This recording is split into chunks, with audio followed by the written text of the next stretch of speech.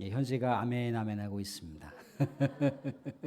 예, 편안하게 그렇게 또 여기 잠옷실에 가서 예배 드리셔도 되겠습니다.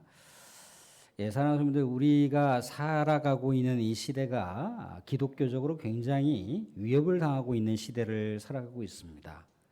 우리의 믿음이 이러한저러한 모습으로다가 회방을 당하고 있고, 온전한 믿음을 유지하기가 정말 어려운 시대를 우리가 살아가고 있어요.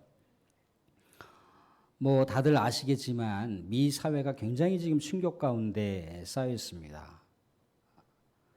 기독교 청년, 그 신실한 30대의 그 청년, 한 가정의 가장이자 정말 기독교를 대표하는 청년이라고 하는 찰리 컬크라고 하는 사람이 대학교에서 기독교의 진리와 또 이 미 사회가 어떻게 앞으로 미래를 전망할 것인가에 대한 강연을 하고 있는 그 도중에 피격을 당해서 그만 운명을 달리하고 말았습니다. 미 사회가 이럴 때일수록 우리가 깨어 있어야 된다. 이럴 때일수록 우리가 하나님께 나아가야 된다라고 이제 더욱더 마음을 뭉치고 또 연합 기도회를 또 이렇게 해나갈 때 또 곳곳에서 산발적으로 방화가 일어나고 있습니다. 또 총살 피격 사건들이 계속해서 일어나고 있어요. 근데 이럴 때 제가 미 사회를 바라보면서 기도하고 있는 내용은 뭐냐면, 하나님, 정말 이 미국 사회에 일어나고 있는 엄청난 이 혼란과 고통과 기독교가 위협받고 있는 이 상황에서 정말 이 상황들을 슬기롭게 잘 대처해 갈 수 있게 해 주시옵소서라고 하는 그런 기도를 하고 있긴 하지만, 또 하나 미국 사회는 기독교의 선구자의 그런 국가잖아요, 그죠? 선구자의 역할을 하는 그런 나라란 말이죠. 미 사회가 이 상황을 어떻게 극복해 가고 타개해 갈까라고 하는 것도 초미의 관심사였다는 겁니다. 근데 그들은 이러한 여러 가지 아픔과 고통과 사건 사고가 발생할 때마다 하나님께 이구동성으로 깨어 있어야 된다는 거예요.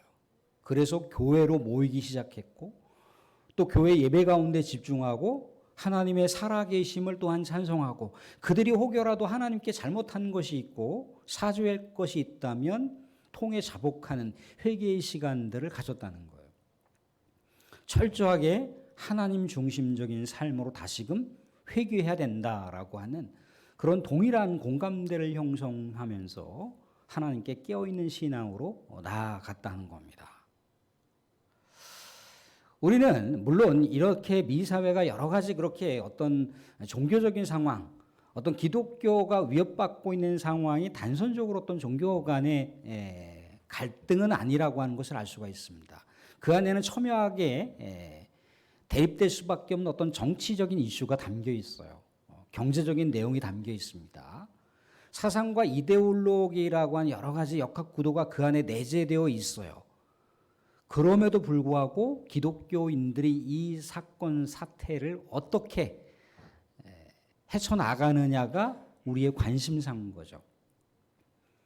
결과론적으로 그들은 깨어 있어야 된다라고 스스로를 그렇게 격려하고 있고, 또 믿음의 사람들끼리 서로 연대해서 이 어려운 시기를 극복해야 된다라고 그렇게 하고 있더라는 거예요. 깨어있는 신실한 신앙의 아름다운 모습을 우리들에게 보여주고 있습니다. 우리들은 이 세상의 여러 가지 사태를 바라보면서 기도해야 된다고 얘기합니다. 깨어 있어야 된다고 얘기합니다. 우리가 알다시피 지금 지구촌 곳곳이 우리가 만들어 놓은 환경 오염으로 인해서 자연의 대재앙이 오히려 이제 부메랑이 되어서 우리에게 다가오고 있습니다. 갑자기 정말 1년 12달 중에 비가 거의 내리지 않는 지역에 대홍수가 일어나고 있어요. 엄청난 전쟁이 지금 계속해서 산발적으로 일어날 뿐더러 이제 이 산발적으로 일어나는 전쟁이 막 3차 전쟁으로 나아가는 것이 아닌가라고 하면서 계속해서 물음표를 달고 있는데, 아니나 다를까 국제 역학의 그 공조의 세력들을 보면은 3차 전쟁이 일어나지 않는 것도 이상하다는 말입니다. 끊임없이 지금 자연재앙이 일어나고 있어요. 그죠? 다들 이때 이 비가 왜 이렇게 내리는 걸까? 물론 가뭄이 있을 때 비가 내리는 것은 우리가 간절히 원하는 것이지만 이 추수의 때 비가 계속해서 이렇게 내리게 되면 어떻게 되는 것인가? 그런 여러 가지 우려 섞인 그런 말들을 우리는 함께 목소리를 공통적으로 내고 있다는 거예요. 우리 한국 사회도 얼마나 지금 굉장히 혼란과 갈등과 다툼의 여지를 남겨놓고 있잖아요. 그죠? 그저 그렇게 정치권 안에서의 이슈를 가지고 서로 이렇게 갑론을 봐. 그렇게 논쟁을 하고 싸우는 게 아니고 이게 전 국민에게까지 이게 그 여파가 확장되었어요. 전 국민이 이제 갈등하고 대립하고 있는 그 상황 가운데 우리가 살고 있다는 거예요. 근데 우리는 그렇게 얘기를 하죠. 이제 주님께서 오실 날이 멀지 않았구나라고 다 같이 같은 목소리를 냅니다. 어떤 징조와 조짐에 대해서 우리가 다 느끼는 바인 거겠죠. 그죠? 근데 우리는 그것을 우리가 생각하고 느끼지만 우린 정작 우리 하나님께 깨어서 기도하냐는 거예요. 정말 주님께서 다시 오실 것 같다라고 하는 그런 조짐과 징조를 우리가 느끼지만 우리가 주님의 다시 오심을 준비하고 있느냐 말이죠. 우리가 미국 사회나 유럽 국가가 수많은 이 하나님의 신앙의 전통을 이어갔던 그 교회들이 뭐 폐쇄를 당하고 그 교회가 무슬림 신앙 단체들이 그 교회를 사들이고 상업용 그런 여러 가지 도구로다가 교회가 전락한다라고 우리가 스스로들을 막 이렇게 미 사회와 유럽 사회처럼 담지 말자고 그렇게 목소리를 냅니다. 근데 분명한 건 뭐냐면 미 사회는 그러한 맷집이 있다는 거예요. 그러한 흔들리지 않는 견고한 신앙이 있다는 겁니다. 근데 우리는 여러 가지 자연재앙이나 여러 가지 사태 앞에서 우리는 어떤 모습을 보입니까? 무사태평이다는 거예요. 너무나 안일하다는 거예요. 물론 여러 가지 자연재앙이나 세계 지구촌국으로 일어나는 여러 가지 현상들 때문에 곧 예수님께서 머지않아 오시겠다라고 단정을 할 수는 없지만 분명한 것은 믿음의 백성들이 깨어 있어야 된다는 거예요. 분명한 것은 거기 안에 하나님의 메시지가 있다는 거예요. 우리는 깨어서 준비해야 된다는 거예요. 사랑하는 성도들, 대한민국의 지금에 있는 현실과 앞으로 우리 기성세대들 말고 우리 후세대들이 살아야 할 대한민국을 생각해 보세요. 우리가 기도하지 않을 수가 없습니다. 우리가 깨어있지 않으면 안 된다라고 하는 것이 작금의 현주소라고 하는 것은 우리는 알고 있어요. 그런데 내 개인적으로 일어난 일이 아닌 것이기 때문에 내 개인이 겪는 어떤 여러 가지 고난과 아픔과 시련이 아니다라고만 그렇게 치부하고 먼 발치서 불구경하듯이 우리가 바라보고 있는 것은 아닌가. 그러한 신앙을 우리가 돌아보게 되더라는 거죠. 사랑하는 성도님들, 주님께서 다시 오시게 된다라고 하는 것, 그것은 여러 가지 사회적인 현상이나 자연적인 여러 가지 내용들을 통해서도 조금씩 그 조짐을 보여주고 있지만 또 그것이 그렇다라고 단정할 수는 없지만 분명한 건 주님께서 오실 날이 멀지 않았다라고 하는 것이고 우리가 깨어서 준비해야 된다는 겁니다. 깨어서 준비하는 우리 믿음의 명문 가문들, 우리 믿음의 백성들이 될 수 있기를 주님의 이름으로 축원드립니다. 오늘 말씀 가운데는 무화과 나무에 대한 철에 대한 얘기를 예수님께서 비유로 말씀하시면서 예수님의 다시 오심에 대한 이야기도 언급하고 있습니다. 무화과 나무가 뭔가 이렇게 잎이 무성해집니다. 늦봄, 이제 봄이 이제 다 가고 여름이 온다라고 하는 것을 얘기해 주고 있어요. 이런 여러 가지 피조 세계가 이렇게 저렇게 이제 계절이 어떻게 온다라고 하는 것을 예감을 해야 된다라고 하는 이 말은 사실 예수님께서 유대 전쟁을 미리 앞서서 예고해 주는 내용입니다. 유대와 로마 간에 엄청난 전쟁이 있게 되는 것인데 그것을 유대 백성들이 깨워서 준비해야 되는데 준비하고 있지 못하고 있는 거예요. 예수님께서 예루살렘을 바라보시면서 엉엉 우셨습니다.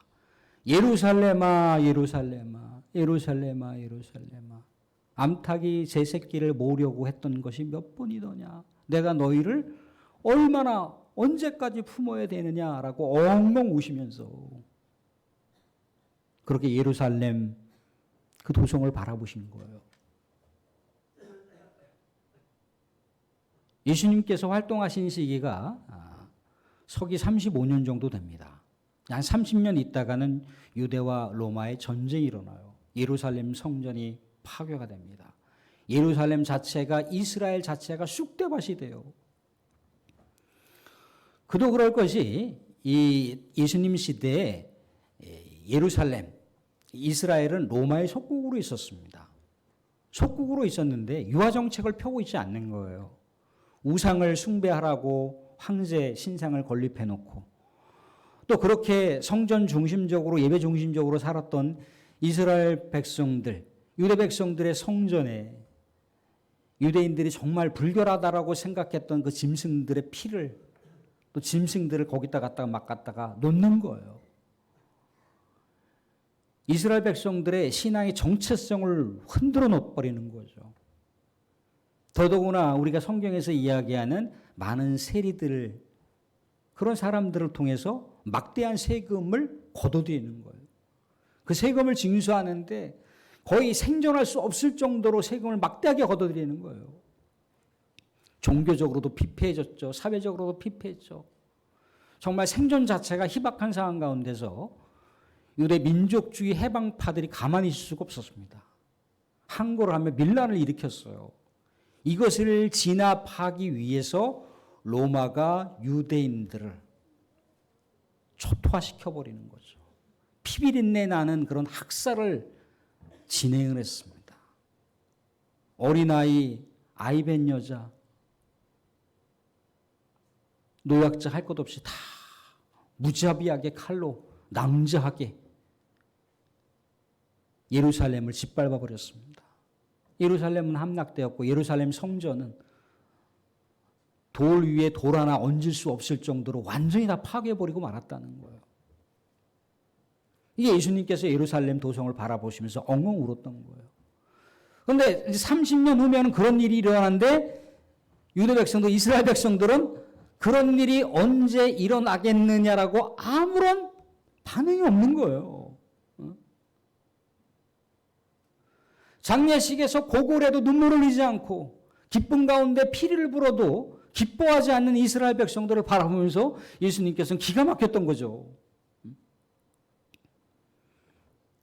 그런데 예수님께서 언급하신 이 내용은 단순하게 로마와 유대 간의 전쟁 가운데 이스라엘이 완전히 다 짓이겨지고 파괴되는 어떤 표면적인 전쟁에 대한 것만을 얘기하려고 하시는 것은 아니라는 거예요. 머지않아 예수님께서 이 땅 가운데 다시 오시게 되면 이런 전쟁과 자연 재대항보다도 더 가공할 만한 우리 주 예수 그리스도의 심판이 오게 될 것이다라고 하는 것을 곁들여서 얘기를 해주고 있는 내용입니다. 오늘 말씀 가운데 보시게 되면 깨어 있으라고 하는 그런 내용들을 반복해서 언급되고 있는 것을 볼 수가 있습니다. 깨어 있으라, 깨어 있으라. 명령형으로 되어 있어요. 그것도 현지형으로 되어 있습니다. 현재 깨어 있어야 된다는 얘기예요. 현재 깨어 있어야 된다.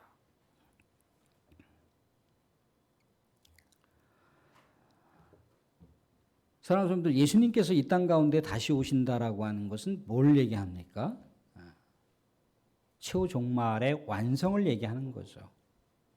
예수님께서는 이 땅 가운데 사랑의 주님이시고 정말 예수님이 하나님의 그 놀라운 희생 제물이 되어서 온 인류를 품을 만한 그 놀라운 십자가 대속의 사건으로 구원의 놀라운 길을 열어놓으셨잖아요. 그죠?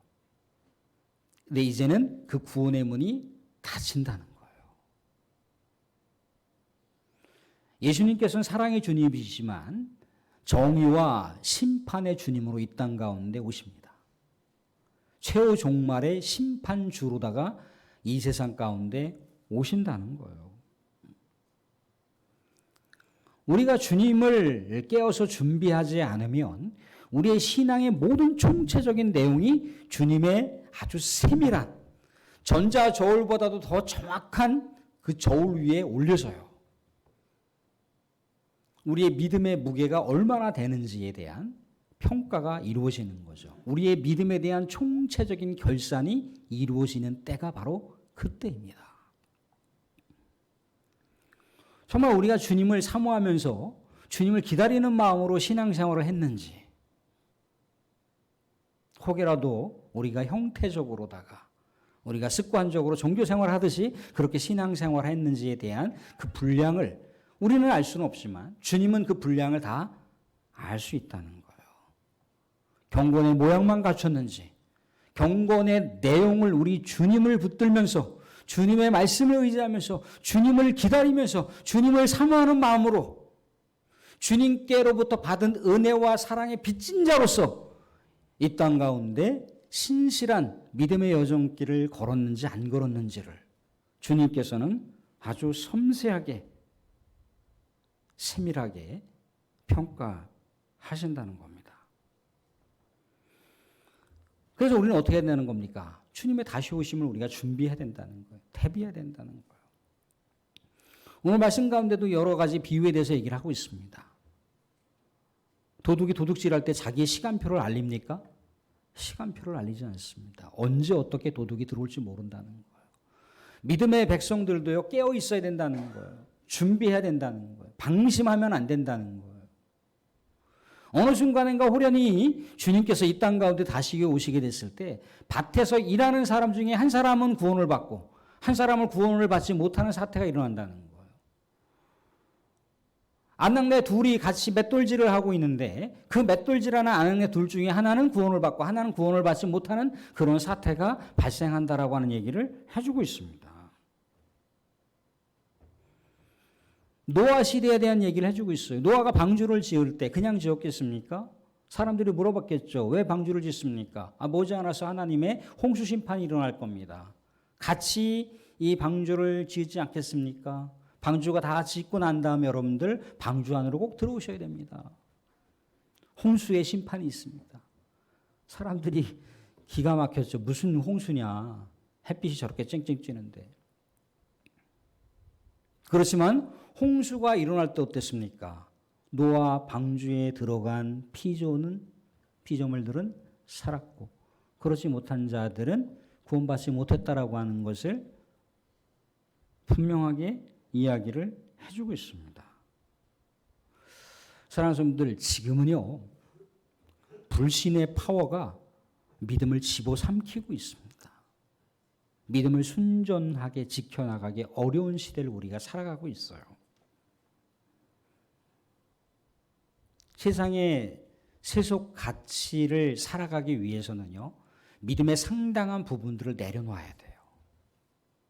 믿음의 순전한 내용들을 포기해야 됩니다. 그래야 살아갈 수 있게끔 만들어 놓은 것이 세상의 구조예요.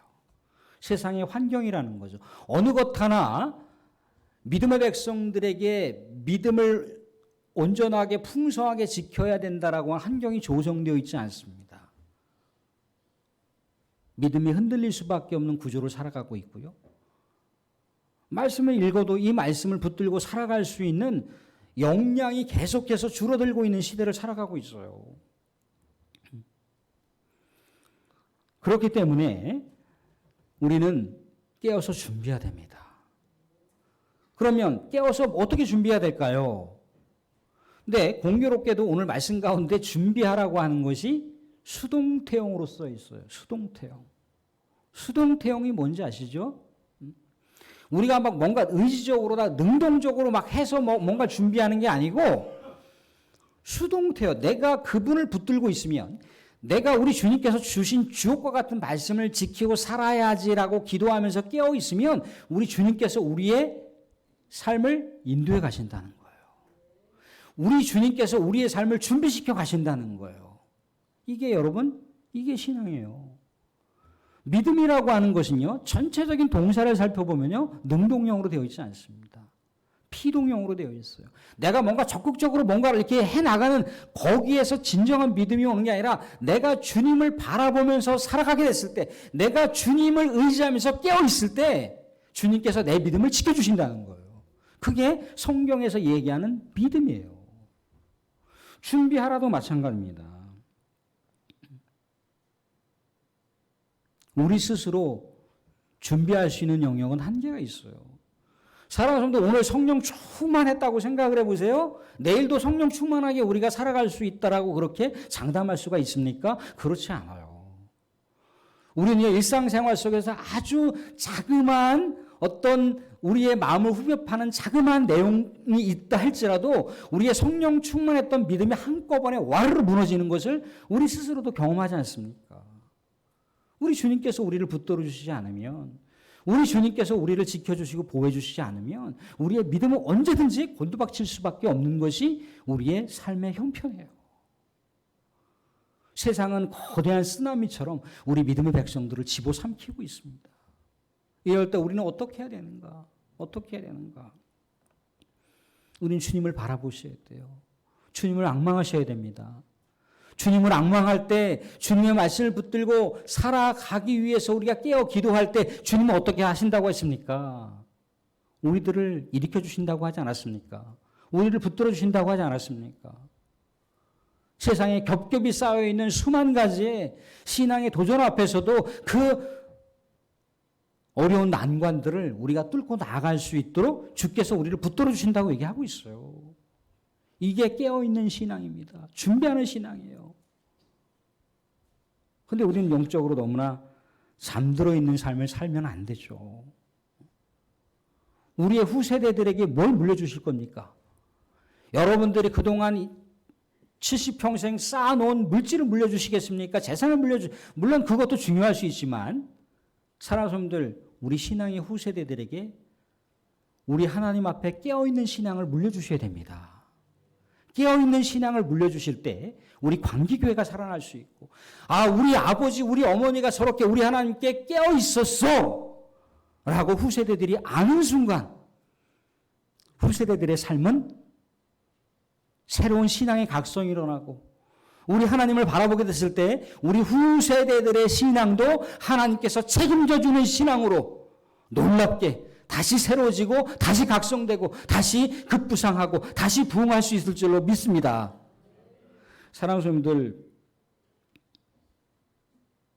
주님은 우리에게 니네들 알아서 니네들 신앙생활해. 너네들 스스로 알아서 신앙생활 책임져. 이게 아니라는 거예요. 우리 주님 해보려고 했는데 안 돼요. 주님 열심히 뭔가 분투해보려고 했는데 또 무너집니다. 주님 정말 이 신실하게 믿음을 유지해야 되는데 이러한 저런 삶의 분주함 때문에 또 잃어버리고 말았어요. 주님 다시 붙들어 주세요. 다시 말씀을 붙들 수 있는 그런 지혜와 능력을 주십시오라고 우리 하나님께 나아갈 때 우리 주님은 몰라, 스톱, 문 닫겠어 이렇게 하시는 분이 아니라는 거예요. 아들아 지쳤지, 아들아 힘들지, 딸아 너무나 고단하지, 딸아 이럴 수 있도록 힘내자.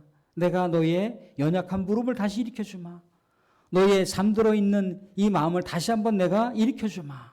우리 함께 가자. 함께 가서 마침내 내가 나를 만날 그 순간까지 승리하는 신실한 믿음의 길을 가자. 그렇게 우리 주님께서도 우리의 삶의 한복판에 들어오셔서 여러분들의 삶을 붙잡아 주시고 여러분들의 삶을 일으켜 주신다 이겁니다.